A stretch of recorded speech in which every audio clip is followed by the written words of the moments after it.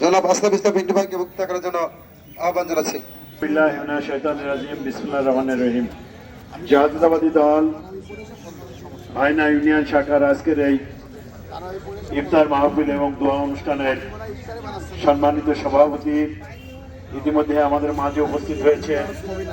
আজকের এই অনুষ্ঠানের সম্মানিত প্রধান অতিথি জাতীয়তাবাদী দল ঝিনাইদহ জেলা বিএনপির সুযোগ্য সভাপতি সাবেক এই হরিণাকুণ্ড উপজেলার আপনাদের দুঃসময়ে নির্বাচিত উপজেলা চেয়ারম্যান জননেতা জনাব অ্যাডভোকেট এম এ মজিদ সহ উপস্থিত জাতীয়তাবাদী দল হরিণাকুণ্ড উপজেলা বিএনপির নেতৃবৃন্দ, হরিণাকুণ্ড পৌরসভার নেতৃবৃন্দ এবং আপনারা যারা উপস্থিত হয়েছেন আপনাদের সবাইকে আন্তরিক অভিনন্দন এবং শুভেচ্ছা জ্ঞাপন করছি।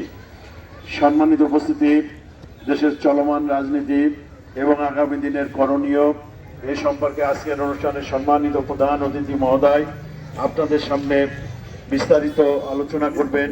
আমি শুধু আপনাদেরকে আহ্বান জানাবো, আমরা জানি 17 বছর পর বিশেষ করে 5ই আগস্টের দ্বিতীয় স্বাধীনতা যুদ্ধে জয়লাভ করবার পর একটি উন্মুক্ত পরিবেশের মাধ্যমে আজকে নিশ্চিতভাবে আমরা একটি দোয়া মাহফিল এবং ইফতার মাহফিল শেষ করতে যাচ্ছি।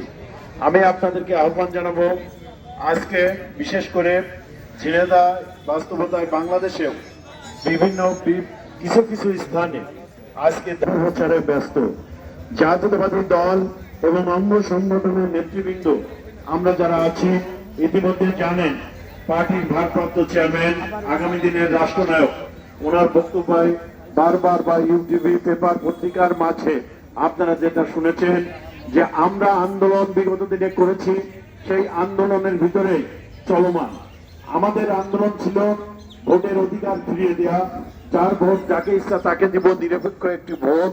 সেই ভোটের আন্দোলনের জন্যই বিগত দিনে আন্দোলন করেছি, সংগ্রাম করেছি, সর্বোপরি শেখ হাসিনাকে আমরা বিতাড়িত করতে সক্ষম হয়েছি। সেই আন্দোলন আমাদের চলমান প্রক্রিয়া আছে, যে কোনো মুহূর্তে আবারও সেই আন্দোলন আসতে পারে।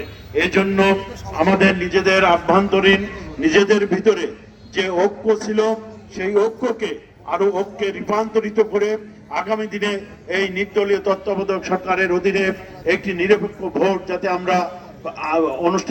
আমরা আয়োজন করতে পারি, এই আশা এবং আহ্বান জানিয়ে সবাইকে আন্তরিক অভিনন্দন এবং ধন্যবাদ জানিয়ে আমি আমার বক্তব্য শেষ করছি। খুদা হাফেজ। বাংলাদেশ জিন্দাবাদ, জাতীয়তাবাদী দল জিন্দাবাদ, দেশনেত্রী বেগম খালেদা জিয়া জিন্দাবাদ, আগামী দিনের রাষ্ট্রনায়ক জননেতা তারেক রহমান জিন্দাবাদ, শহীদ রাষ্ট্রপতি জিয়াউর রহমান অমর হোক। সবাইকে ধন্যবাদ। আসসালামু আলাইকুম। ধন্যবাদ পিন্টু ভাই। পর্যায়ে